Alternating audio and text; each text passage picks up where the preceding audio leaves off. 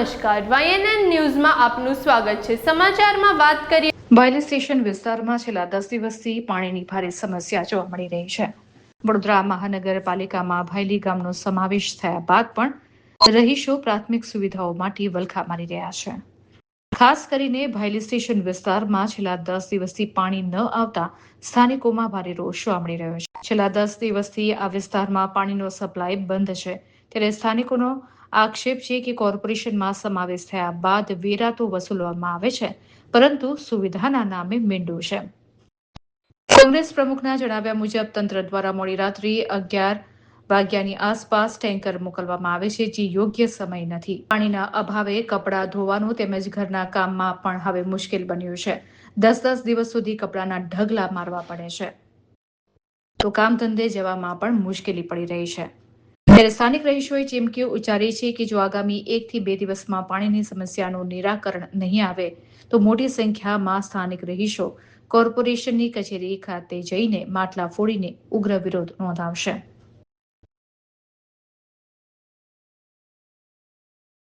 પાણી તો 15 દિવસની સમસ્યા છે। 15 દિવસ થઈ ગયા, આજે અમાર બાજુ કોઈ જોવા જ નથી આવતું।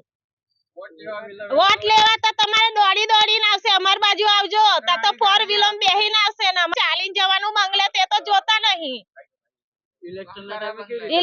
ઇલેક્શનના ટાઈમ પર એવું કે અમાર બાજુ જોજો, અત્યારે અમારો ટાઈમ આવ્યો તો અમાર બાજુ કોઈ જોવાજી નહીં।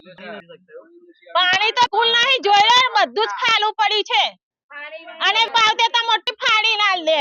કરેની ગટરની લાઈનની સુવિધા કે નહીં, કચરો કોઈ લેવા આવતું, કશાની સુવિધા નહીં, અમાર બાજુ જોતું જ નહીં।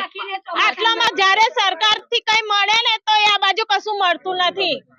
5 વર્ષથી કોર્પોરેશનના લાગે છે વિકાસ તમારા ગામમાં? અમારો કોઈ વિકાસ નથી, આ વિકાસ જેવું છે જ નહીં। અમને તો જાણે કચરામાં નાખી દીધેલા હોય ને એવા જ છે।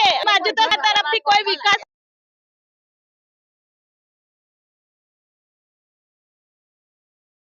વિસ્તારજનો શું સમસ્યા પડે છે? આ બિલ વિસ્તારમાં આવતો વિસ્તાર છે ભાયલી ફાટક, વોર્ડ નંબર 12 માં લાગે છે। આ વિસ્તારને આ લોકોએ રજડતો મૂકી દીધો છે, અનાજની જેમ મૂકી। છેલ્લા 10 દિવસથી જ્યાં પાણી નથી આવતું, કોઈ અધિકારી સાંભળવાનો નથી, કોઈ નેતા સાંભળવાનો નથી।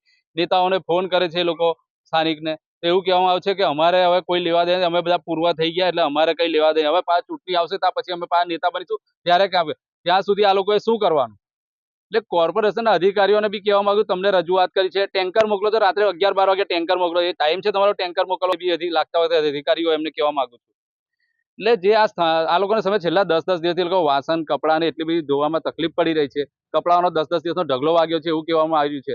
એટલે શરમ આવી જોઈએ અધિકારીઓને કે આ લોકોની સમસ્યા તમે નિવારણ કેમ નથી કરતા, અને જે લાઈનની અંદર જે તે પ્રોબ્લેમ છે એનો બી તમારે 1 દિવસમાં નિકાલ લાવવાનો।